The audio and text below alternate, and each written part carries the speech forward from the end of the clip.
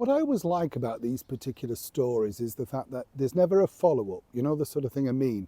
When they sort of do an expose on somebody and they say this is the behind the scenes, normally what you have to do is look at the production team and say, truly, what is the expose about? What have they got that they're hiding themselves? And this is the problem in the television world today. You know, if you're making something like that, you really have to be careful that people don't look into your background, because of course, when you're exposing people that you think you are, well, then they can take a look at you. This has really been the case now of the British monarchy, and really what happened in just a week's time of how literally things have truly turned around. As ever, let me explain. Hi, nice to see you today. Thank you so much for your time. Yes, I'm talking to you. Are you all right? I'm all right. Thank you very much. And this beautiful, do you like all of that greenery? Isn't it just beautiful?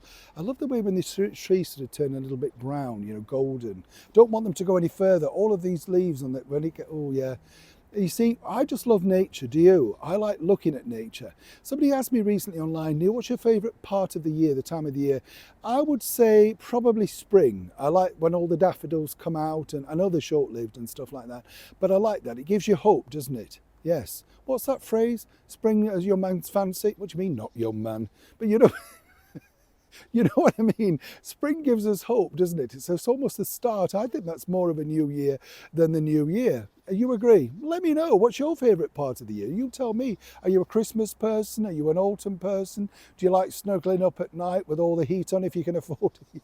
You know what I mean? Setting fire to your own blanket just to keep warm for 5 minutes, that sort of thing. Do let me know in the comments below. It's always good to read what you think, genuinely. Now let's get back to your royal story of the day. This story, a week ago, Dispatches was the big thing. Oh, it's going to rock the world, apparently, about what terrible landlords, of course, His Majesty the King and Prince William and the Duchy of Cornwall, the Duchy of Lancaster, all of that. And as I told you at the time, everything is already out in the public domain. Dispatches are disgraceful. They did nothing that you couldn't find out anywhere along the line. And actually, when you dig a little bit deeper, what you find is the fact that actually there was nothing untoward whatsoever. And it's all about land ownership and who wants to pay what for what, you know.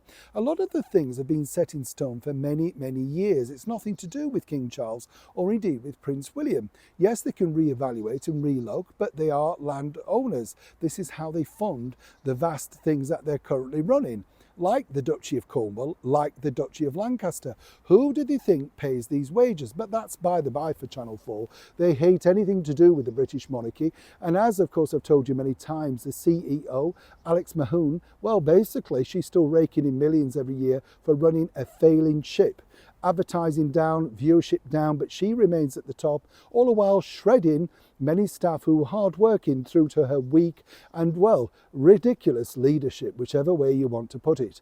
But what about making money from Dispatches? Well, sadly, even though it got all of that publicity that they'd hoped for, yes, they've not been able to sell it. No, nobody else in the world is interested. So for all of their very lame attempts at basically trying to get something, a hit job on the British monarchy, and whether you're a royalist or not, they could do it to you and your business. They can't sell it. How many times do Channel 4 have to go down this route? We've had them mocking, of course, our late monarch with the dancing effigy. Do you remember when they didn't want to celebrate the Platinum Jubilee or indeed the King's coronation? They were going to do something alternative. They're always doing the alternative Christmas message that nobody's interested in because everybody's watching the real Christmas message. But yes, Dispatches, an utter flop. Can't sell it, waste of money, and more importantly, once again, the person at the top, well, not her fault, of course, she continues to rake in the money. How much longer will the directors literally think that she is the person that can in fact guide the United Kingdom's fourth channel? Maybe just into oblivion. Who knows? Neil Sean, Kensington, London.